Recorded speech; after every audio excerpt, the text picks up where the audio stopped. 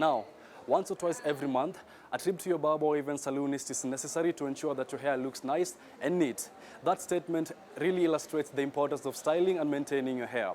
Thus, a hairstylist is always prepared to give you good service to ensure you stand out, be it in an event, a function, or even just a normal day. Let us now get the insights of hairstyling and hairdressing from this following artist. Enjoy!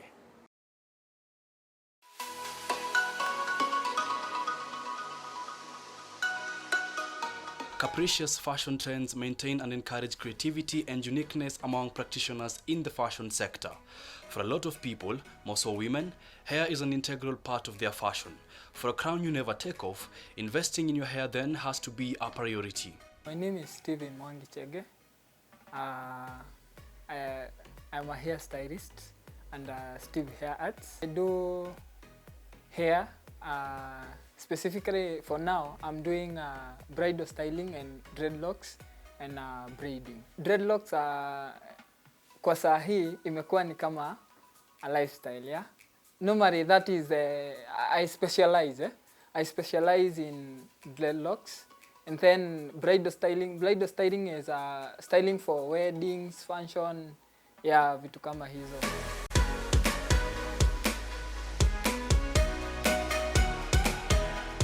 The love for hairstyling was a curious discovery that Steve made while still young. Growing up, the job was to keep rekindling that love until the time he was able to do it again. His parents, though skeptical at first, accorded him the support regardless. Hii ilikuwa passion from I think primary school, because my mother alikuwa akisema anataka kubomoa nywele, anataka kwenda salon. So I'm the one to take her to the salon. And I could watch, so hizo my hairstyle venye stylist wanafanya. So I grew that passion, and then nikaingia high school. Dad alikuwa anataka nikue polisi. So but sikuwahi mwambia nitafanya hairdressing. But mimi back in my mind naona ni kama passion yangu iko kwa nywele. So nikaendelea hivyo. Venye nilimaliza form 4, I came along a magazine ilikuwa na Murimusioka. Murimusioka is a trichologist. So nilisomanga, nikapata interest na story yake kabisa ya nywele. So hapo ndo niliamua kabisa sasa, nikaambia hata dad, mom, nikamwambia mimi nataka kwenda kufanya hairdressing.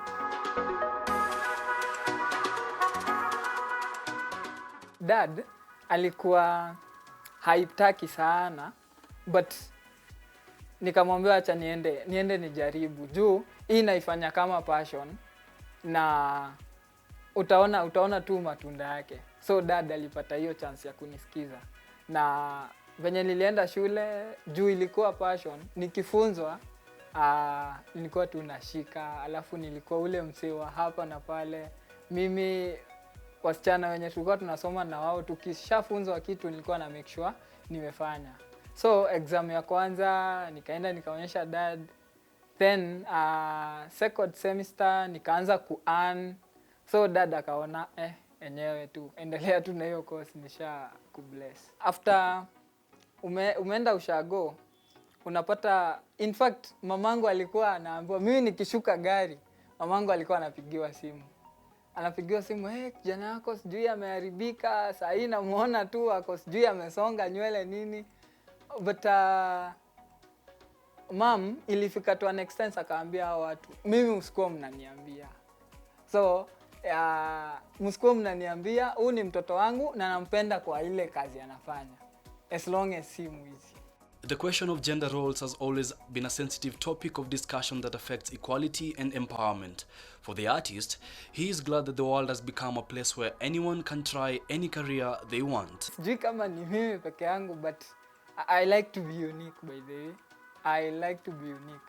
So nilitaka sana nikuwe kwa field yenye watu wanaona ni kama ni awkward, but ushago ilikuwa nikienda wakisikia nafanya kazi ya nywele, wanasikia hii ni kazi ya mama. but mimi nilikuwa nataka hiyo.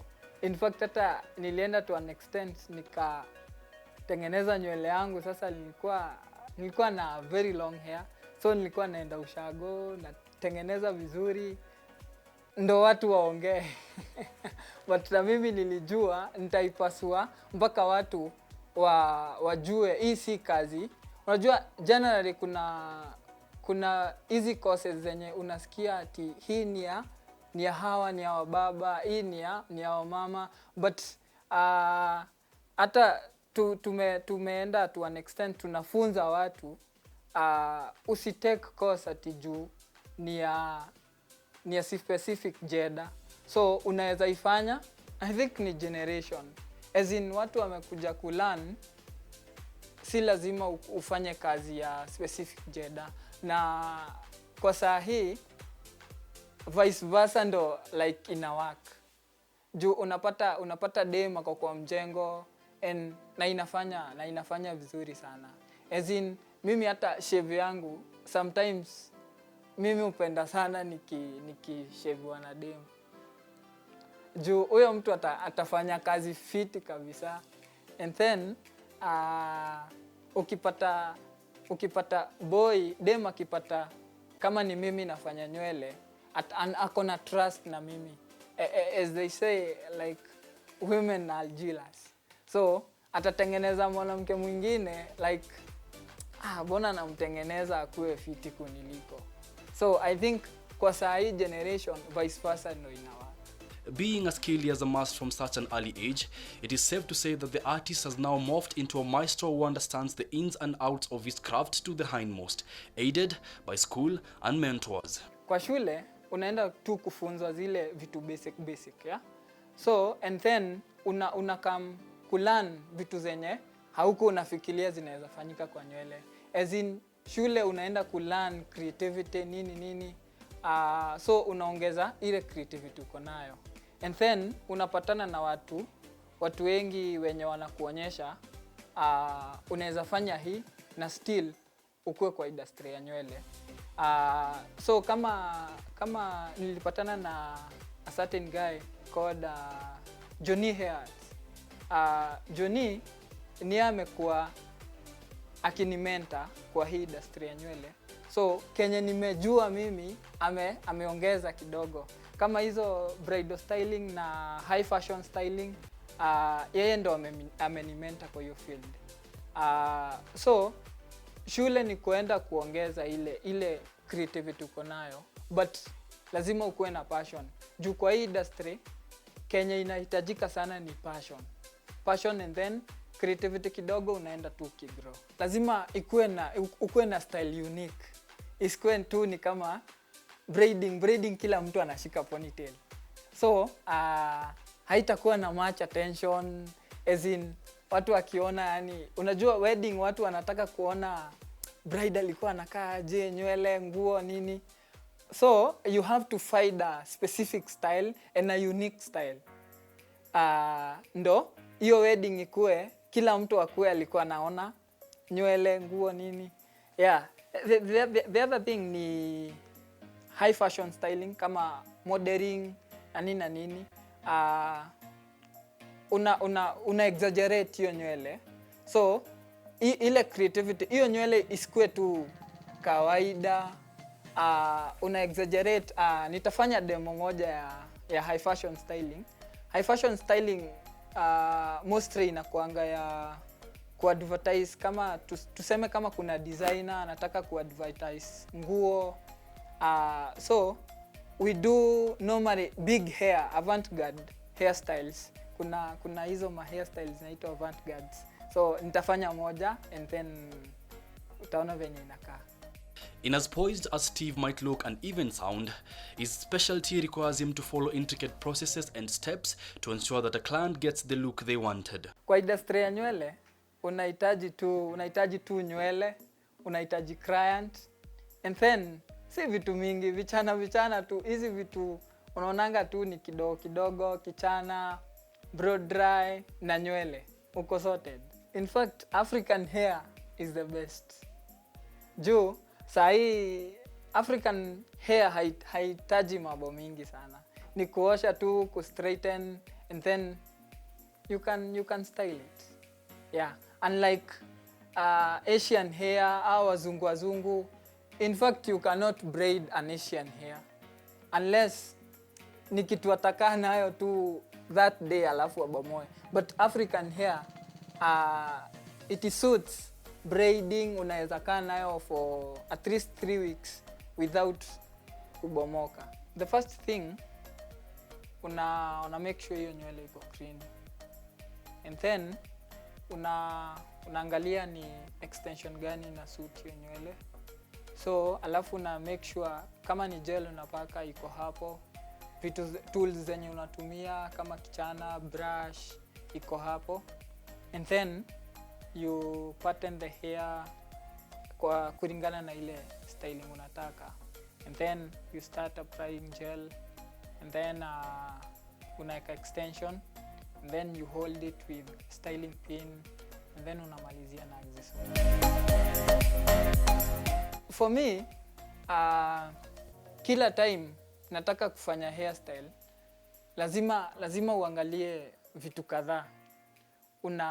Unaangalia venye una style, unaangalia kwanza face ya client, and then mimi upenda sana kufikia mtu nishai style, namuuliza how was the hairstyle, and then unamuadvise kama uliona nywele yako. Kuna watu wanakujanga salon and hawajui kama nywele ina treat yangwa. So nywele ndo igrow na ikue very healthy, unafaa utreat nywele. And then kama ni natural hair, haihitaji more of thermostyling. Thermostyling ni kutumia blow dry sana, flat iron sana. So unamuadvise nywele yako iko hivi na hivi, and then unapata huyo client ame grow hiyo trust na wewe, so akona courage ya kurefer another friend. So mimi sana ni ku-advise, nikikutengeneza nywele lazima upate ka-advice kamoja ama tuwili. So yeah. The hunger to make a name for himself has been a major driving force for the artist, and with creativity so contagious, he has been able to grace a couple of events and competitions. Nimekuwa kwa event kadhaa, that is Dreadlock Affairs, ndo I think nilianza nayo nikiwa I think yeah, last year but one. So hiyo ina deal mostly na natural hair and dreadlocks. So niliwin number 2, that is Dreadlock Affairs. Tulikuwa tuna style natural hair and I did well. I did number 2. So the next ni Samantha Bridals. Samantha Bridals, it deals mostly with showcasing of gown and wedding accessories. So we did mostly, we went there for hairstyling. So the other thing ni the skins. Skins also we went to style models, and then even empowering the people who has skin disease. Yeah. The COVID-19 pandemic was a huge blow to the artist, as it was to many others. This adding up to the pile of challenges that he was facing previously. COVID hiyo time imekuwa hard juu sana hakuna hizo event, na event sana kwangu hizo ndo hulipa vizuri. So nimekuwa tu pale, niko pale kwa salon, na hii salon per day nilikuwa na style like 10 clients, but now unapata ni 3 clients, but tuna cope tu. Challenges kwa hii industry ni mingi sana, so either client alikuwa na expect too much from you, umemuadvise na umemuonyesha kazi yako nini, but sometimes unaweza mfanyia styling wewe uone ni kali sana, but client akue hayuko 100% satisfied, but unamwambia next time tuta upgrade. Na hii kitu inaendanga tu iki upgrade. Hakuna mtu anaferingi mara 3. So you try till unafika pale. Kwa saa hii mimi sidhani kama naweza disappoint client. Juu unaenda tu ni journey ya kulearn.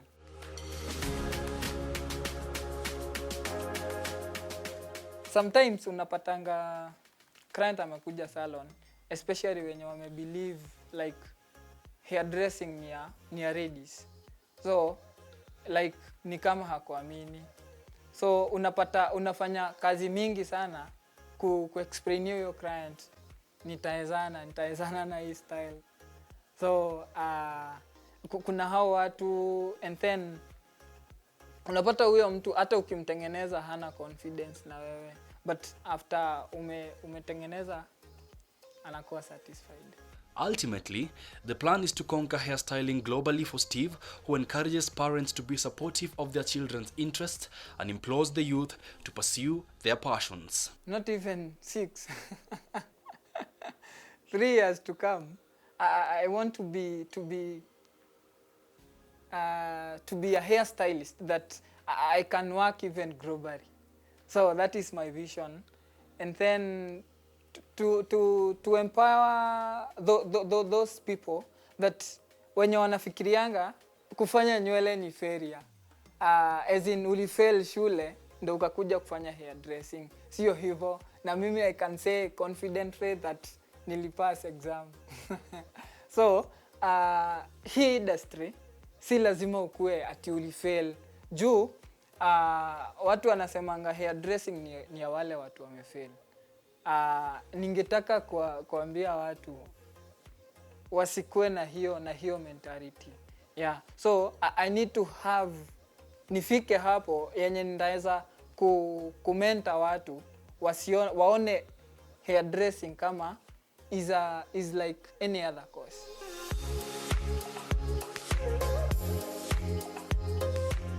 Wazazi, you want the best for your kid, but mtoto akishamaliza high school, kuna hiyo passion imekuwa ikilearn kwa mind yake akiwa hata shule. So wazazi tu, tafadhali ningewaomba msi-choose, wacha support huyo mtoto afanye kenye anataka. Juu hiyo kitu yenye umemchagulia, yes ataifanya, but hataifanya out of passion. Ataifanya just like that, alichaguliwa. So the other thing ni kuambia my youths, follow what you need and follow your dream. Fanya passion yako. Usichaguliwe course and then uende too far uifanye alafu withdraw. Haina haja. So just speak your mind and do your passion.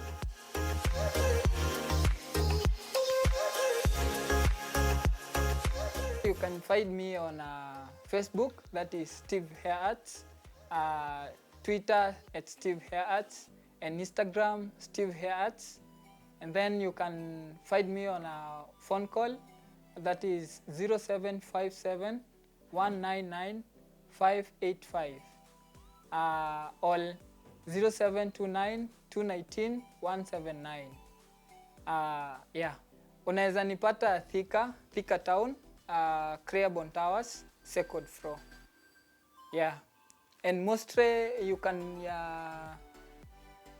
if you have an event that is modeling or bridal styling, that is wedding, you can reach out to me. We bring the service to you.